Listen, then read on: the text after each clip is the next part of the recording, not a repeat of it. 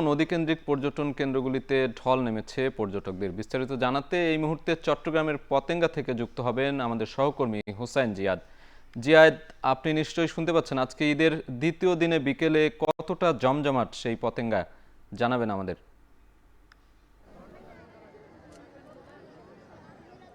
সাজিদ, সারা বছর ইট কাঠের যে কংক্রিটের নগরে মুখ বুজে কোনো রকম বসবাস করা মানুষ কিংবা কারখানায় কাজের চাপে পিষ্ট হওয়া মানুষ একটু স্বস্তির উপায় খুঁজে। ঈদ আসলে একটি দারুণ সুযোগ এনে দেয় পরিবার পরিজনের সাথে, বন্ধুবান্ধবের সাথে কিংবা প্রিয়জনের সাথে সেই সময়টুকু কাটানোর। এবং দীর্ঘ 9 দিনের বন্ধ পেয়েছে এবার মানুষ, এবং তার প্রভাব আমরা চট্টগ্রামের যে বিনোদন কেন্দ্রগুলো রয়েছে সেখানে দেখতে পাচ্ছি। দুপুরের পর থেকে এখন প্রায় সন্ধ্যা হতে চলল।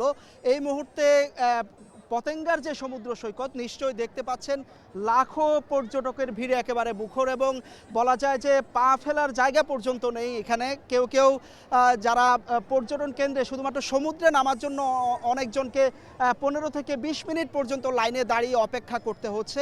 যত দূর দেখা যাচ্ছে শুধু মানুষ আর মানুষ, পরিবার পরিজন বন্ধুবান্ধব সবাইকে নিয়ে এসেছেন। শুধুমাত্র চট্টগ্রাম শহর নয়, আশেপাশের যে উপজেলাগুলো রয়েছে এবং সারা দেশ থেকে মানুষ কিন্তু চট্টগ্রাম ছুটে আসে, কারণ চট্টগ্রামকে আসলে প্রাচ্যের রানী বলা হয়। একদিকে সমুদ্রের যে বিশাল জলরাশি, অন্যদিকে সবুজ শ্যামল পাহাড়, এবং একের পর এক ঝর্ণাধারা নেমে এসেছে সেই পাহাড়গুলো থেকে গিয়ে মিশেছে সমুদ্রে। নদী রয়েছে পাশে, কর্ণফুলী নদী, তার সাথে বিশাল যে সমুদ্র, সেখানে আসলে তার ক্লান্তি ভোলার জন্য মানুষ আসলে হারাতে চায় সব সময়, প্রকৃতির মাঝে তার ক্লান্তিটুকু রেখে যেতে চায়, এবং সেই সুযোগটি এনে দিয়েছে।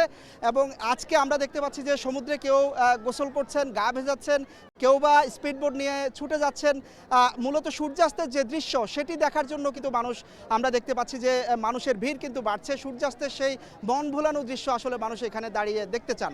চট্টগ্রাম সহ আশেপাশের যে উপজেলা, সেখানেও কিন্তু সমুদ্র সৈকত রয়েছে, বিভিন্ন পর্যটন কেন্দ্র রয়েছে, সবগুলোই কিন্তু এই মুহূর্তে আসলে মানুষের ঠাসা, এবং যারা ব্যবসা করছে।